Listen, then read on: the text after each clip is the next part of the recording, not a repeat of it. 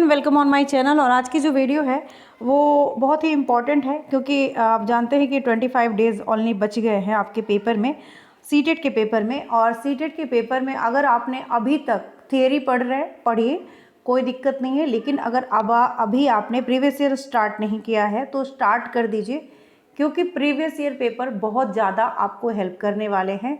साथ ही साथ जो हिंदी और अदर लैंग्वेज जो आपने ली होगी, 2 लैंग्वेज का आपने सिलेक्शन किया होगा, अगर इस 2 लैंग्वेज में आपने पूरे मार्क्स ले लिए, और पूरे मार्क्स कैसे लेने हैं इसके लिए मैंने पूरी आपके साथ इससे पहले वाली वीडियो शेयर की थी, जिसका लिंक मैं डिस्क्रिप्शन बॉक्स में दे दूंगी। तो उस वीडियो को अगर आप देख लीजिएगा कि किस तरीके से इन दोनों लैंग्वेज में आपको नंबर लेना है, ठीक है। और इसी वजह से मैं आप लोगों के साथ प्रीवियस ईयर पेपर शेयर कर रही हूँ, जिसमें आज मैं आपके हिंदी की जो पेडागॉजी है उसको शेयर करूँगी। गद्यांश और पद्यांश के 15 क्वेश्चन मैं पहले की वीडियो में आपसे शेयर कर चुकी हूँ। तो ये क्वेश्चन नंबर 136 से आज मैं आपके साथ शेयर करने वाली हूँ, जिसमें हिंदी पेडागॉजी के प्रश्न मिलेंगे। और आज के 15 क्वेश्चन बहुत इंपॉर्टेंट है, तो उनको ज़रूर देखिएगा। निम्नलिखित में से कौन सी विधि भाषा अधिगम के लिए ड्रिल और भाषा के औपचारिक गुणधर्म में निपुणता को आवश्यक रूप की तरह अनुशंसा करती है? पहला ऑप्शन है श्रव्य भाषावाद, दूसरा है संप्रेषणात्मक भाषा शिक्षण, थर्ड है व्याकरण की अनुवाद विधि, और फोर्थ है कुल भौतिक प्रतिक्रिया। यहाँ पे जो राइट आंसर हो जाएगा वो हो जाएगा ऑप्शन नंबर 1, जिसमें श्रव्य भाषावाद is the right answer. Question number 137, कक्षा 7 का एक विद्यार्थी है जो कि एलम, जिसका नाम है एलम, वो कन्नड़, मराठी, हिंदी और अंग्रेजी 4 भाषाएं जानता है। घर में जब वो अपने माता पिता के साथ बात करता है तो प्रवाह के साथ चारों भाषाएं बोलता है, और विद्यालय में वह हिंदी, कन्नड़ तथा अंग्रेजी बोलता है, क्योंकि उसके मित्र व अध्यापकों का यही भाषाएं आती है। इस स्थिति को किस रूप में जाना जाएगा? पहला है परभाषिक ट्रांसलिंगुअल योग्यता, सेकंड है कोड जाल, थर्ड है कोड से आगे जाना, फोर्थ है अंतरभाषा या इंटर लैंग्वेज, ठीक है।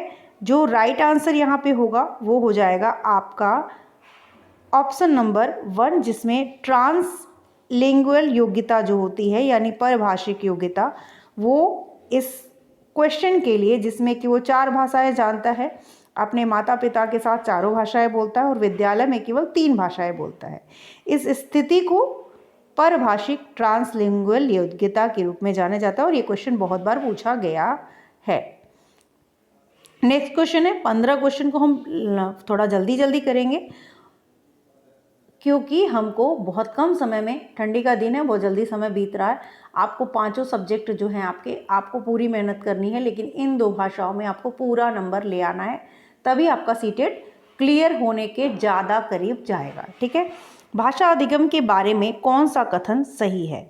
सहजात प्रथम भाषा का ज्ञान द्वितीय भाषा के अधिगम में अवरोध डालता है। क्या ये बात सही है? सहजात यानी प्रथम भाषा के ज्ञान का प्रथम भाषा के ज्ञान का द्वितीय भाषा अधिगम से कोई लेना देना नहीं है। थर्ड कहता है ऑप्शन कि प्रथम भाषा का ज्ञान द्वितीय भाषा के अधिगम को समर्थित करता है। फोर्थ ऑप्शन कहता है कि प्रथम भाषा अधिगम और द्वितीय भाषा अधिगम पूरी तरह से अलग अलग हैं। मैंने आप लोगों को एक हिंट दिया था कि कैसे दोनों लैंग्वेज को तैयार करना है, उसमें ही आंसर था इस क्वेश्चन का कि जब आप लैंग्वेज 1 की पेडागॉजी पढ़ते हैं तो लैंग्वेज 2 ऑटोमेटिकली आपका तैयार हो जाता है, यानी सहजात प्रथम भाषा का ज्ञान द्वितीय भाषा के अधिगम को समर्थित करता है, इज द राइट आंसर, ठीक है। क्वेश्चन नंबर 139 कहता है कि कक्षा 6 की अध्यापिका जो है वो शब्दावली समृद्ध करने के लिए चम्मच, प्लेट, डिब्बे, परात में लेकर आती है। इन्हें दिखाकर वह रसोई घर में इस्तेमाल होने वाली वस्तुओं का विवरण लिखना चाहती है। भाषा शिक्षण के संदर्भ में इन वस्तुओं को क्या कहेंगे? शिक्षण सामग्री कहेंगे, वास्तविक वस्तुएं, रियलिया कहेंगे, खाना पकाने के बर्तन या वास्तविक जीवन के कार्य, क्या इसको कहेंगे? तो देखिए, ये है जब हम डेली लाइफ में जो हमारे वास्तविक जीवन है उनसे रिलेटेड जब कोई सामग्री लाते हैं तो इसको कहते हैं वास्तविक वस्तुएं यानी रियलिया। ठीक है, इसको क्या कहते हैं? वास्तविक वस्तुएं यानी रियलिया। और यही हमारा राइट आंसर हो जाएगा इस क्वेश्चन का। वास्तविक वस्तुएं रियलिया इज द राइट आंसर। ठीक है, क्वेश्चन नंबर 140 क्या कहता है? क्वेश्चन नंबर 140 कहता है कि घोषणात्मक ज्ञान क्या है? किसी भाषा के शब्द का उच्चारण करना जानना, व्याकरणिक तत्वों के बारे में ज्ञान, व्याकरणिक तत्वों में त्रुटि की पहचान करना सीखना, किसी व्याकरणिक तत्व पर कैसे कार्य किया जाए यह जानना। क्या सही है? तो ऑप्शन नंबर 2 जो है, व्याकरणिक तत्वों के बारे में जो ज्ञान है वो है घोषणात्मक ज्ञान। घोषणात्मक ज्ञान क्या है? तो व्याकरणिक तत्वों के बारे में ज्ञान जो है वो है घोषणात्मक ज्ञान। ठीक है, ऑप्शन नंबर 2 यहाँ पे करेक्ट हो जाएगा। नेक्स्ट क्वेश्चन देखते हैं। यहाँ एक ऐसी स्थिति दी जा रही है जहाँ विद्यार्थियों को विषय के प्रति समझ बनाने के लिए विषय को विपरीत दृष्टिकोण से परिचित करवाया जाता है। इस प्रक्रिया द्वारा विद्यार्थियों में किसके विकास का प्रयास किया जा रहा है? समालोचनात्मक विश्लेषण, प्रक्रिया आधारित शिक्षण शास्त्र, या समालोचनात्मक साक्षरता या साक्षरता विकास। तो यहाँ पे जिस चीज़ का विकास किया जा रहा है वो है समालोचनात्मक साक्षरता, और यही इसका राइट आंसर हो जाएगा समालोचनात्मक साक्षरता। ठीक है, ऐसे क्वेश्चन आएंगे, बिल्कुल घबराना नहीं है। और आप घबराएंगे कब नहीं? जब आप ऐसे क्वेश्चन से कभी देखे होंगे, पर भी परिचित होंगे। और आप परिचित कैसे होंगे? इन्हीं प्रीवियस ईयर क्वेश्चन के थ्रू। अचानक से देखेंगे जब पेपर में और आपने नहीं कभी ऐसे क्वेश्चन को देखा रहेगा, आप गलत ऑप्शन पे टिक करके आएंगे। लेकिन आपने अगर प्रैक्टिस की इस तरीके के क्वेश्चन की, आप सही ऑप्शन लगा के आएंगे, और वो भी कम समय में। ठीक है, परभाषा व्यवहार यानी ट्रांसलैंग्वेजिज्म क्या है?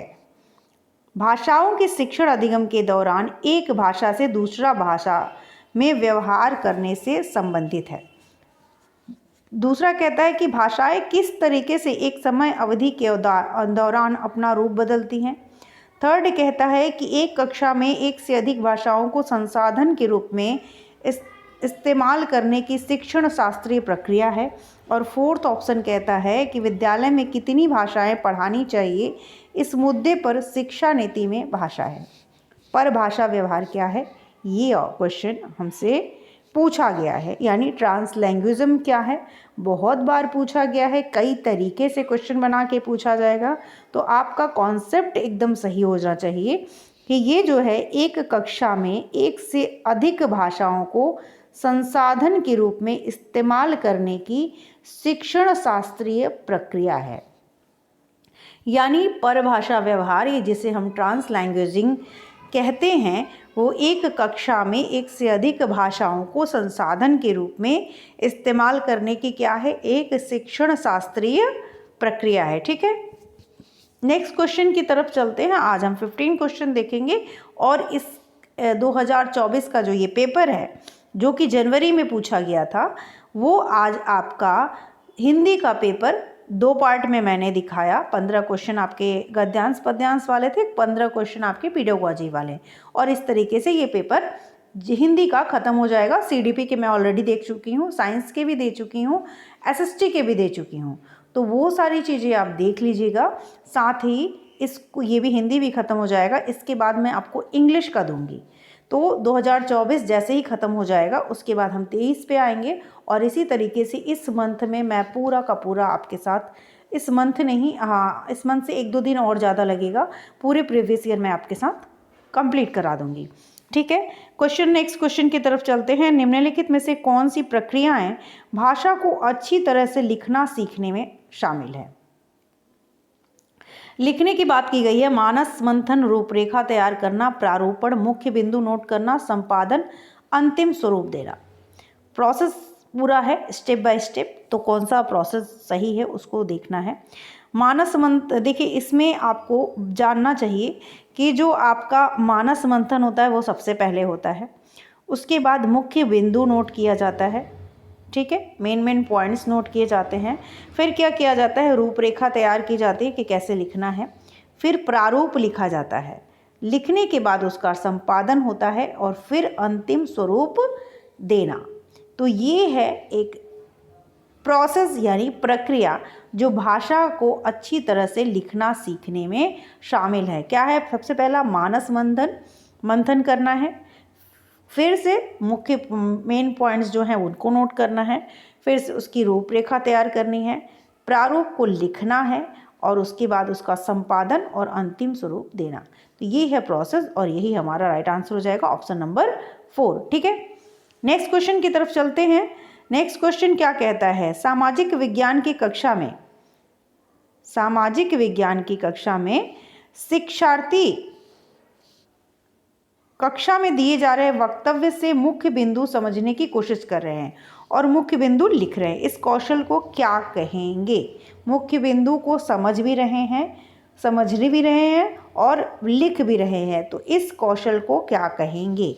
इसको हम अध्ययन कौशल कहेंगे, केवल लेखन नहीं कहेंगे, क्योंकि यहाँ पे 2 पॉइंट दिया गया है, समझने की कोशिश भी कर रहा है और लिख भी रहा है, तो इस कौशल को अध्ययन कौशल कहेंगे। ठीक है, नेक्स्ट क्वेश्चन है आपका, नीचे दिए गए प्रश्न को पढ़ लिया, पता करें कि एक प्रश्न किस प्रारूप यानी टाइपोलॉजी का है। एक छोटी बालिका की कहानी पढ़ने के बाद आपने उसके दुखों और कठिनाइयों का सामना करने वाले साहस को महसूस किया। आप उस लड़की को उसकी प्रशंसा के लिए पत्र लिखना चाहते हैं। लगभग 120 शब्दों में पत्र लिखिए। अब ये पत्र किस प्रकार का होगा? अभिव्यक्ति परक प्रश्न, दीर्घ उत्तरीय प्रश्न, पाठ का विस्तार करने वाला प्रश्न या एक्स्ट्रापोलेटिव या विमर्श संबंधी प्रश्न। तो क्या आंसर हो जाएगा? यहाँ का जो राइट आंसर होगा वो होगा आपका 145 का ऑप्शन नंबर 3, यानी पाठ का विस्तार करने वाला प्रश्न, एक्स्ट्रापोलेटिव। नेक्स्ट क्वेश्चन देखते हैं। कक्षा 8 की अध्यापिका हैं, एक पाठ्य सामग्री के 5 वाक्यों को 2 बार अंग्रेजी में पढ़ती है और शिक्षार्थियों को ध्यानपूर्वक सुनने के लिए कहती है। इसके बाद वह शिक्षार्थियों को 4-4 के समूह में काम करने के लिए कहती है कि वे पढ़ी गई पाठ्य सामग्री का पुनर्लेखन करें जो एकदम मूल जैसी ना हो। इस गतिविधि को क्या कहेंगी? तो जो आपका ऑफिशियल आंसर की था उसमें 2 ऑप्शन को सही माना गया, अनुच्छेद लेखन और सामूहिक श्रुतलेख, अनुच्छेद श्रुतलेख और सामूहिक श्रुतलेख। तो यहाँ पे जो है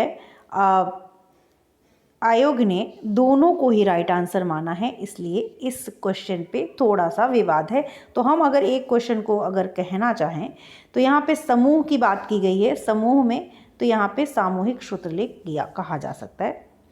ठीक है, तो नेक्स्ट क्वेश्चन की तरफ चलते हैं। यह अकादमिक भाषा या विभिन्न प्रकार के विषयों के लिए आवश्यक भाषा में निपुणता से संबंधित है। अंतर्भाषा निपुणता, बुनियादी अंतर्वैयक्तिक संप्रेषण कौशल, संप्रेषणात्मक भाषा निपुणता, संज्ञानात्मक अकादमिक भाषा निपुणता। तो जो राइट आंसर हो जाएगा वो हो जाएगा ऑप्शन नंबर 4, संज्ञानात्मक अकादमिक भाषा निपुणता। ठीक है, नेक्स्ट क्वेश्चन है, भाषा शिक्षा पर राष्ट्रीय शिक्षा नीति 2020 के संदर्भ में कौन सा कथन सही नहीं है? त्रिभाषा सूत्र के अंतर्गत शास्त्रीय भाषा का अध्ययन, त्रिभाषा सूत्र के अंतर्गत मातृभाषा घर की भाषा का अध्ययन, त्रिभाषा सूत्र के अंतर्गत भारतीय भाषाओं का अध्ययन या त्रिभाषा सूत्र के अंतर्गत भाषा के रूप में अंग्रेजी का अध्ययन। तो जो राइट आंसर हो जाएगा ऑप्शन नंबर 1 होगा, त्रिभाषा सूत्र के अंतर्गत शास्त्रीय भाषा का अध्ययन जो है वो भाषा शिक्षा पर राष्ट्रीय शिक्षा नीति 2020 के संदर्भ में सही नहीं है। तो जो मैंने आंसर बताया है वो सही नहीं है के लिए बताया है कि त्रिभाषा सूत्र के अंतर्गत शास्त्रीय भाषा का अध्ययन, ये 2020 की जो राष्ट्रीय शिक्षा नीति है उसके संदर्भ में ये कथन सही नहीं है। नेक्स्ट क्वेश्चन 149 और 150 तक है। तो यहाँ पे ये भी त्रिभाषा सूत्र से संबंधित है कि निम्नलिखित में से त्रिभाषा सूत्र के संबंध में कौन सा कथन सही है। देखिए, त्रिभाषा सूत्र से कम आपके हर एक बार क्वेश्चन पूछे ही गए हैं, तो इससे भी बड़े ही इसका कॉन्सेप्ट भी बहुत अच्छे से समझ लीजिएगा। सभी बच्चे अपनी विद्यालय शिक्षा अंग्रेजी माध्यम घर का भाषा में शुरू करते हैं और 10वीं पूरी करने तक कम से कम 2 भाषाएं और सीखते हैं, 2 और भाषाएं सीखते हैं। सभी बच्चे विद्यालयी शिक्षा अपने राज्य की भाषा में शुरू करते हैं और 10वीं पूरी करने तक कम से कम 2 और भाषाएं सीखते हैं। सभी बच्चे विद्यालयी शिक्षा राज्य भाषा हिंदी में शुरू करते हैं और 10वीं पूरा करने तक कम से कम 2 और भाषाएं सीखते हैं।